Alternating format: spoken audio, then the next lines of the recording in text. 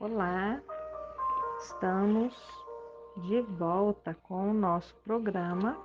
O Amanhã Começa Hoje.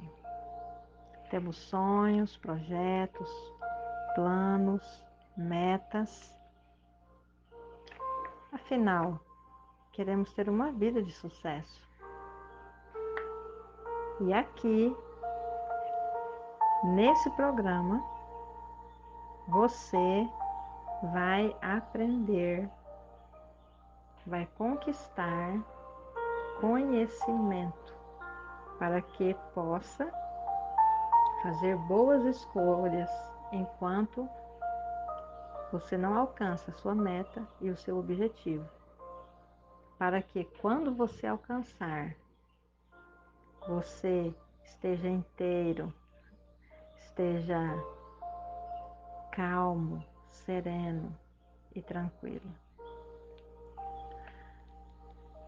Não podemos nos esquecer que tudo aquilo que queremos alcançar, durante o trajeto, estamos crescendo. É um crescimento, é um desenvolvimento espiritual e pessoal. Não esqueça disso. O amanhã pode ser melhor do que hoje. Isso não é sonho, é real.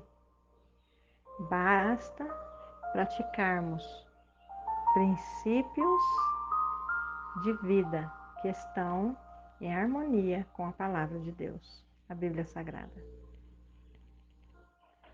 No livro de Jeremias, capítulo 17, verso 9, está escrito: enganoso é o coração, mais do que todas as coisas, e desesperadamente corrupto. Quem o conhecerá?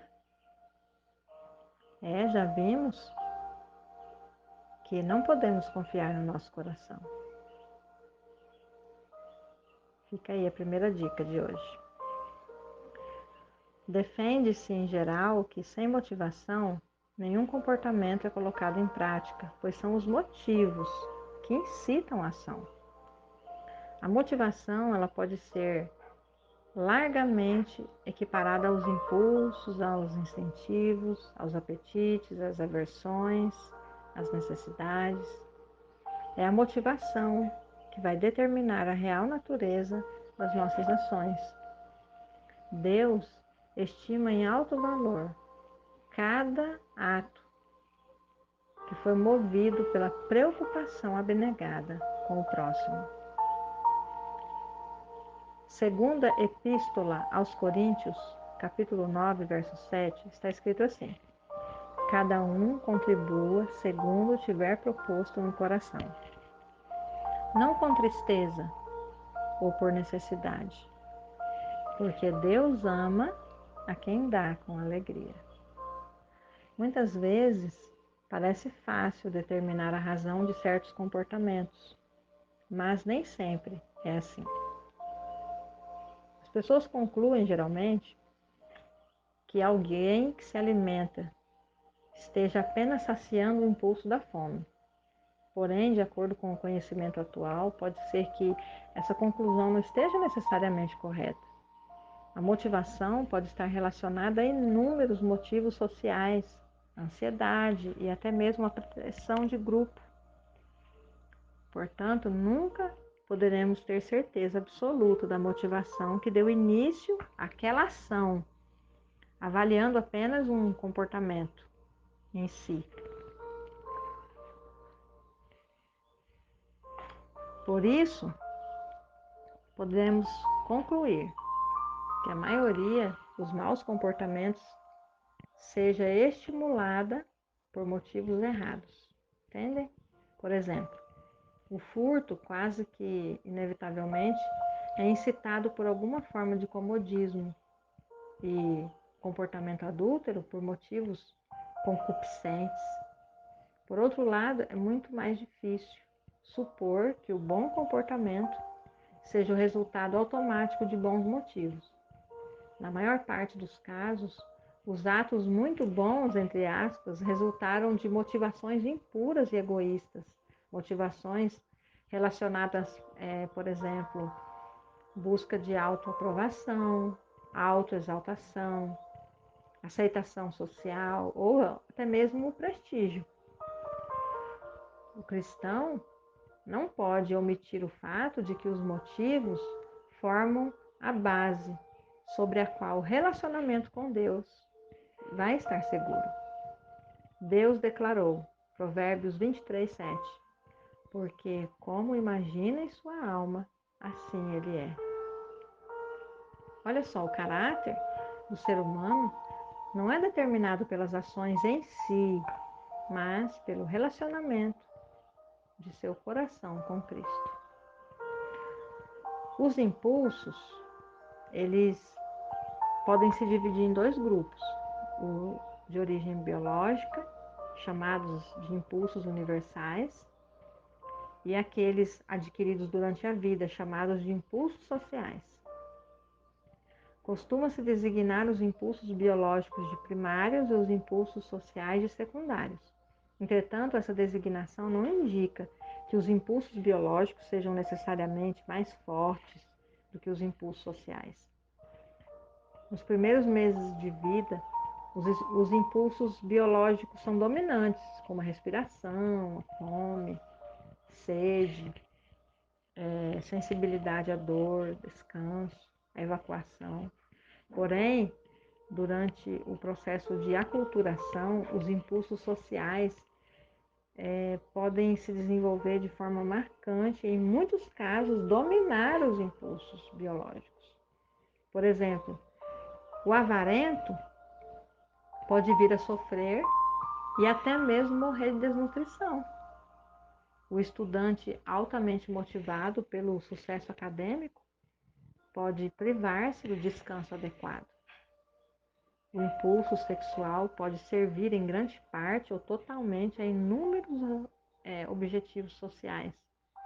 Portanto, os impulsos primários são apenas primários no sentido de serem inatos, e os impulsos secundários são assim classificados porque se desenvolveram depois dos impulsos primários.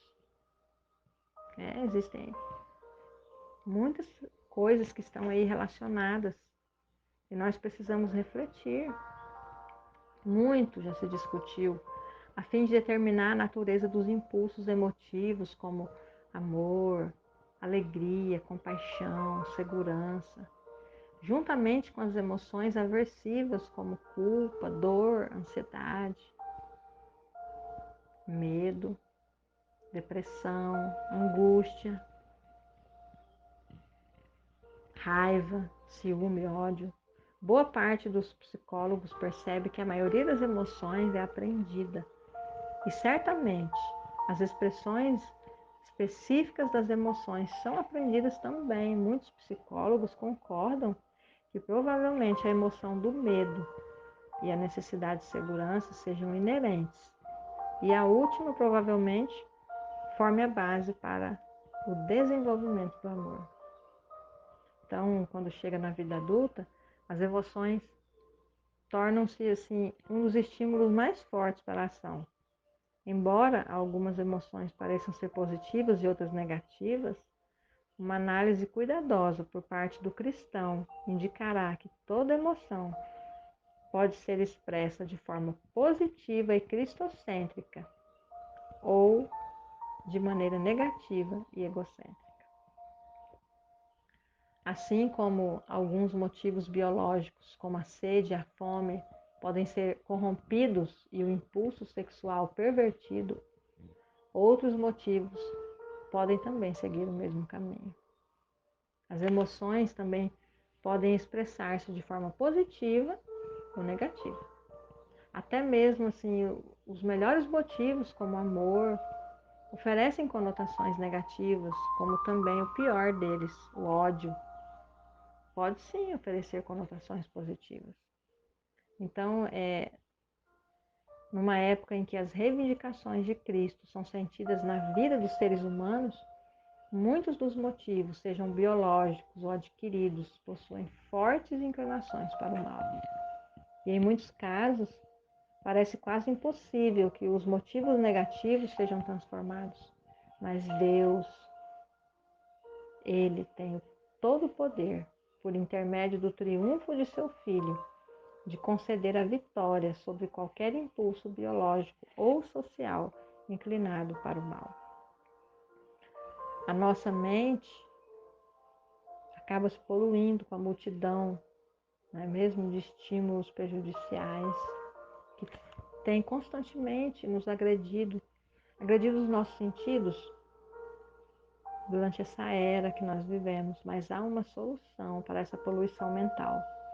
Lentamente, mas sem hesitar, esse acúmulo de corrupção mental pode ser removido da mente através do estudo da Bíblia e da meditação na Palavra de Deus. A análise feita por Davi é muito apropriada em Salmo 119, 11. Guardo no coração as tuas palavras para não pecar contra ti. Sabe, amigos e amigas, a pureza da verdade elimina a perversão da vida passada, através da submissão total da vida a Cristo, representada pela experiência de um novo nascimento. Homens e mulheres desenvolverão um novo padrão de motivação. É isso que nós precisamos. Enquanto você sonha, projeta, não sei quais são os seus objetivos, suas metas, não sei onde você quer chegar, mas precisamos desenvolver sim um novo padrão de motivação.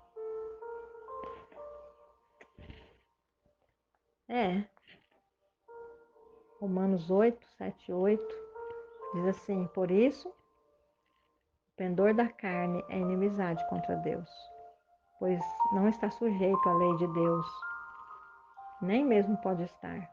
Portanto, os que estão na carne não podem agradar a Deus. E, retornando ao texto bíblico do início do programa, enganoso é o coração mais do que todas as coisas, e desesperadamente corrupto, quem o conhecerá? Jeremias 17, 9. É isso, que nós possamos refletir sobre o assunto que conversamos hoje e o principal, que fica do ensinamento de hoje, do nosso estudo de hoje. Precisamos desenvolver um novo padrão de motivação, sempre baseado nos princípios do reino de Deus. E amanhã nós vamos falar sobre um assunto muito importante. Vamos falar sobre como se formam os hábitos na nossa vida.